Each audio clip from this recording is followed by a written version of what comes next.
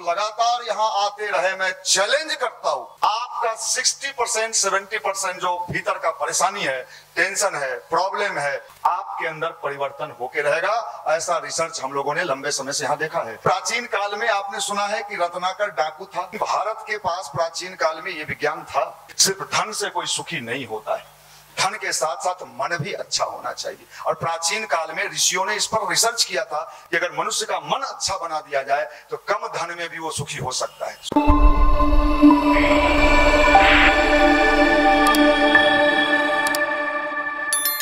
आपने दुनिया में कभी बहुत चीज सुना होगा। आपने सुना होगा कि साहब दुनिया ने विज्ञान के क्षेत्र में बहुत आगे तरक्की कर लिया है। विज्ञान आज वहां पहुंच गया है जो कई जगह आश्चर्यजनक लगता है कि विज्ञान कहां पहुंच गया। लेकिन आज भी विज्ञान के पास इसका कोई उपाय नहीं है कि अगर हम बुरे हैं, मेरा स्वभाव बुरा है, मेरा नेचर खराब है, तो मैं विज्ञान को चैलेंज करता हूं। अगर यहां कोई वैज्ञानिक बैठे हों, चूंकि बिहार में वैज्ञानिकों की कमी, खासकर लॉज में, हॉस्टल में बड़े वैज्ञानिक पाए जाते हैं जो हमें अच्छा इंसान बना दे, सही धरती पर मनुष्य कहलाने के हम अधिकारी बन जाएं। ऐसा कोई विज्ञान आज के विज्ञान के पास, वो भौतिक विज्ञान के पास नहीं है। लेकिन भारत के पास प्राचीन काल में ये विज्ञान था। इसमें से कितने लोग डाकू हो? नहीं हो। लेकिन प्राचीन काल में आपने सुना है कि रत्नाकर डाकू था और डाकू को फ्रेश बना दिया गया। क्या बन गया वो? कौन ऋषि हो गए वो? वाल्मीकि ऋषि हो गए। भगवान बुद्ध का नाम आपने सुना है। भगवान बुद्ध के जमाने में एक वेश्या हुआ करती थी, बड़े नामी वेश्या थी, कोई भी उससे बचना उसके लिए मुश्किल था, इतनी खूबसूरत थी वो।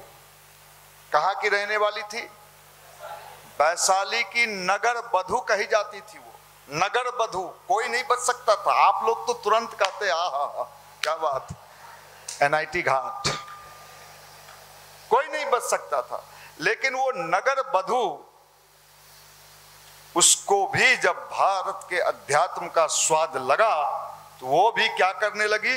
बुद्धम शरणम चेंज हो। अपने ही देश के पास वो विज्ञान था जो व्यक्ति कितना, आज गांव में, समाज में कई जगह ऐसे लोग पाए जाते हैं जो कहते हैं ये कभी नहीं सुधरे, कहेगा कभी नहीं सुधरेगा। मैं आपको चैलेंज देता हूं, 1 महीना इस डिस्पेंसरी में आप ले आओ जो भगवान का है, और 1 महीना के बाद, लेकिन शर्त इतना ही है, अगर कोई पागल खाने में भी किसी को भर्ती किया जाता है, मेंटल डिजीज वालों को, तो कम से कम उसको वहां 6 महीना छोड़ा जाता है कि ना 6 महीना एकरा शौक मारिएगा। मैं आपसे कितना दिन मांग रहा हूं? 1 महीना अगर आप लगातार यहां आते रहे, मैं चैलेंज करता हूं, आपका 60% 70% जो भीतर का परेशानी है, टेंशन है, प्रॉब्लम है, जिससे आप तो परेशान हो ही, आपका घर वाला भी परेशान है। गांजा पी रहे हो, दारू पी रहे हो, सिगरेट पी रहे हो, रील देख रहे हो, आपके अंदर परिवर्तन होके रहेगा। ऐसा रिसर्च हम लोगों ने लंबे समय से यहाँ देखा है कि युवा भी बदलता है, चेंज होता है, उसके जीवन में भी परिवर्तन आता है। अपने देश के अध्यात्म का यही मतलब था, परिवर्तन। कहां से? अपने अंदर। और जब अंदर वाला बदल जाता था तो आप विश्वास मानिए, जीवन का स्वाद वही है, सुख वही है, आनंद वही है। आप जहां आनंद खोज रहे हो ना, आपको लगता है अभी आप मजाक में लेते हो, हंसी में लेते हो, मुस्कुरा देते हो, सोचते हो कि अभी तो मेरा मौका नहीं है। मैं आपको बता रहा हूं, जिस दुनिया में आप जी रहे हो, यहां किसी भी माल का कोई गारंटी, लगभग माल इन दिनों चाइनीज है। आपका जो शादी हो रहा है तो कौन माल है? मुश्किल है भाई, कठिनाई है। इसलिए आप एक चीज समझ लीजिए, मुस्कुराते हो जिंदगी में और बनने में कठिनाई है। पूजा पाठ से भगवान को दूर दूर का कोई लेना देना नहीं है। किस बेवकूफ ने इसको फैला दिया कि पूजा करो भगवान खुश हो जाएंगे। मेरे समझ में आज तक ये बात नहीं आया कि भगवान पूजा से खुश होते हैं। पूजा के माध्यम से अगर हमने अपने को अच्छा बना लिया तो समझ लीजिए तभी आपको लाभ मिलेगा, वरना पूजा तो आजकल ऐसा हो गया है कि आपने देखा पिछले दिनों उत्तर प्रदेश से लेके बिहार तक में कांवड़ यात्रा में कितने लोगों के साथ मार पीट कौन किया? ये किया कौन? ये वही लोग किए जो कांवड़ लेके भोला बाबा को खुश करने जा रहे थे। कितना का शीशा फोड़ दिया, कितना परिवार गाड़ी में जा रहा था, क्या सब घटना घटा। अगर इसको धर्म कहते हैं तो मुझे विश्वास है हम सबको नास्तिक हो जाना चाहिए। हमको भगवान को मानने से इनकार कर देना चाहिए कि साहब हम भगवान को नहीं मानेंगे। ऐसे चीजों को अगर धर्म कहते हैं तो समझ लो अपने देश में ये चीज नहीं था। ये तो हाई टेक्नोलॉजी था, ये विज्ञान था। हम ये यंग जनरेशन अगर इस विज्ञान को नहीं समझा तो ये भी यही सोचेगा कि हनुमान जी किस चीज से खुश होते हैं। किसी पंडित जी से पूछो आप जाके, या कोई कथावाचक, आजकल तो कथावाचक लोग बाप रे बाप माले माल है भाई। हम तो बिहार के लोगों को कहते हैं नौकरी का ट्राई करो, अगर न मिले तो बाबा बनो। माल अच्छा, बिहार का एको को बाबा सक्सेस नहीं होता है। कारण जानते हैं? हम कभी कभी सोचते हैं कि और जितना बाबा है या तो गुजरात का होगा या यूपी का होगा या मध्य प्रदेश का होगा या छत्तीसगढ़, बिहार में आखिर बाबा को कहे आप लोग बनने ही नहीं दोगे? ना कुछ होता हो एक राम में, मतलब बाहर का लोग माल कमा ले, बिहार का कोई बाबा माल ना कमाए। अब देखो हमारे यहाँ तो सब चीज फ्री में है, शरबतो फ्री में पीता है। आप समझ लीजिए भारत के इस विज्ञान को, अब तो स्थिति इतनी आ गई है खराब कि भारत का सुप्रीम कोर्ट किस चीज पर डिबेट कर रहा है? कुत्ता पर। हम लोग तो कभी नहीं सोचे थे कि ऐसा दिन भी हमारे देश में कभी आएगा कि सुप्रीम कोर्ट एक दिन में नहीं, यहां इंसान को तो न्याय मिल नहीं रहा है। 20-20 साल से केस लटका हुआ है, लेकिन कुत्ता पर डिबेट हो रहा है सुप्रीम कोर्ट। आप लोग क्या हो? मैं नहीं कहता भाई, बताइए साहब, विचार करना पड़ेगा। अगर जिंदगी को खुशहाल बनाना है तो अपने को अच्छा बनाना पड़ेगा। बिना दूसरे को इससे क्या लाभ है क्या हानि है, भगवान होते हैं नहीं होते हैं, इस डिबेट में मत जाइए। अगर अपने को ठीक कर लिया तो इतना विश्वास मानिए, हम ठीक जग ठीक, अपने लिए आप ठीक हो जाओगे। दुनिया में बहुत गलत लोग हैं, ये हैं वो हैं, रहें, आप ठीक होके देखो, उसका लाभ मिलेगा, परिवर्तन आपके जीवन में आके होगा। यही गायत्री मंत्र का शिक्षा है। गायत्री मंत्र के भाव का अर्थ भी यही है, धियो यो नः। हमारी बुद्धि को बार बार हम क्या कहते हैं, हे भगवान हमारी बुद्धि को किधर ले जाइए? सही दिशा में ले जाइए, अच्छे दिशा में ले। अच्छा, बार बार आप अपने मन में कोई चीज दोहराते हो तो उसका असर होता है कि नहीं? हम चोरी करेंगे, हम चोरी करेंगे, एक दिन तुम पकिया चोर बनते हो। और देखो साहब, चोरों के भी देवता होते हैं, ये जानकारी है ना? चोर भी जब चोरी करने जाता है तो एक दिन पहले अपने देवता को खुश करता है कि हम चोरी सक्सेस करके आ जाएं। अब बताइए, जिस देश में चोरों के भी देवता होते हैं और देवता मदद करते हैं, आश्चर्य घटना है, कई बार वो सक्सेस हो जाता है, कहता है देवता का आशीर्वाद मिल गया। ये देवता होते ही नहीं। आज का यंग जनरेशन अगर समय रहते अपने को सही नहीं किया तो आने वाले दिनों में आप क्या कहते हो, दरोगा बन के खुश हो जाओगे? अगर दरोगा बन के खुश होना होता तो गया में अभी एक घटना घटा है, 2 साल का, 2 साल हो गया था उसको जॉब करते हुए, कहां लटक गया वो है? शादीशुदा दरोगा, ब्याह हो गया था उसका है, काहे लटका, काहे लटका? तो हर सबके का हाल होगा? वो तो 2 साल बर्दाश्त तो किया और तू सब, लेकिन नहीं सिपाही आई, माफ करो। अपने पर अगर सही रूप से नियंत्रण नहीं किया गया तो आने वाले समय में आप मनोरोगी हो जाओगे, मनोरोगी, मानसिक रोगी। और ये मेंटल पॉल्यूशन जो है ये आपके पढ़ाई के क्वालिटी को समाप्त कर देगा। आजकल क्या हो रहा है, मानसिक रोगी हो रहा है, मेंटल पॉल्यूशन हो रहा है।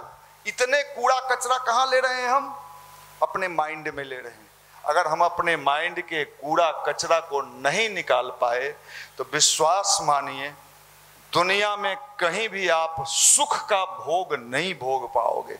सुखी जीवन जीने के लिए भी सिर्फ धन से कोई सुखी नहीं होता है, धन के साथ साथ मन भी अच्छा होना चाहिए। और प्राचीन काल में ऋषियों ने इस पर रिसर्च किया था कि अगर मनुष्य का मन अच्छा बना दिया जाए तो कम धन में भी वो सुखी हो सकता है, सुखी जीवन। और इसी विज्ञान का नाम भारत का अध्यात्म है, इसी विज्ञान का नाम। आप इस विज्ञान को हम भुला गए, पूजा पाठ में उलझ गए, भगवान को ठगने का काम शुरू कर दिया। भगवान ठगाते नहीं हैं, हम मूर्ख हैं, हम सोचते हैं भगवान को ठग लेंगे, हनुमान जी को ठग लेंगे। हनुमान मंदिर पर चलिए, सबसे ज्यादा भीड़ किसका है? कौन है? युवा, सबसे ज्यादा, सबसे ज्यादा। को नहीं जानत है जग में, कभी संकट मोचक नाम तिहारो। हे हनुमान जी, आप तो संकट हरने वाले हो और हम संकट खड़ा करने वाले हैं। हनुमान जी को कहता है कि हे भगवान, आप तो संकट को नहीं जानत है जग में, कभी संकट मोचक नाम तिहारो। हनुमान जी, और संकट खड़ा कौन करता था रामायण काल में? आए रावण, उसका क्या हाल हुआ? उतना ही नहीं कहता है, कई बार तो भाव में जब आता है, रेलवे उलवे का रिजल्ट जब आने वाला होता है तो हनुमान मंदिर जरूर जाता है। बैंक, एसएससी और क्या क्या होता है, सिजली बिजली क्या सब, भगवान जाने, हमको तो पता नहीं। तो वहां जाता है, कहता है, हमें को कहते सुने, उसको नहीं पता था कि हम इस सब चीज के बड़े एक्सपर्ट आदमी हैं। वो धीरे से बोल रहा था, हनुमान जी ध्यान रखिएगा, अब तो सीता जी को खोज लिए, क्या सब कर दिए, इतना बड़ा बड़ा काम कर दिए, वो नौकरी नहीं खोज सकते हैं। माने भगवान का भी ब्लैकमेलिंग कैसे किया जाए, ये कोई आप लोगों से सीखे। माफ करिएगा, भगवान ब्लैकमेल नहीं होते, इतना समझ लीजिए। आप स्वयं अपने लिए गड्ढा खोदते हो। आदमी जब गड्ढा खोदता है तो वो बड़ा मजा लेता है, इसमें गिरेगा। प्रकृति का नियम है, जो आप करते हो आप ही को भोगना है, कोई नहीं भोगेगा। तत्काल आपको लगता है कि हम मजा ले रहे हैं इसको, ना ना ना ना, बिल्कुल नहीं। मकड़ा खूब प्यार से जाल बुनता है, लेकिन एक दिन उसी जाल में लटक के मर जाता है। इंसान जो जाल बुनता है ना अपने जीवन में, मैंने गांव में भी देखा, मैं हॉस्टल लाइफ जिया हूं भाई। आज का हॉस्टल का क्या स्थिति है पता नहीं, उस जमाने में हॉस्टल होता था।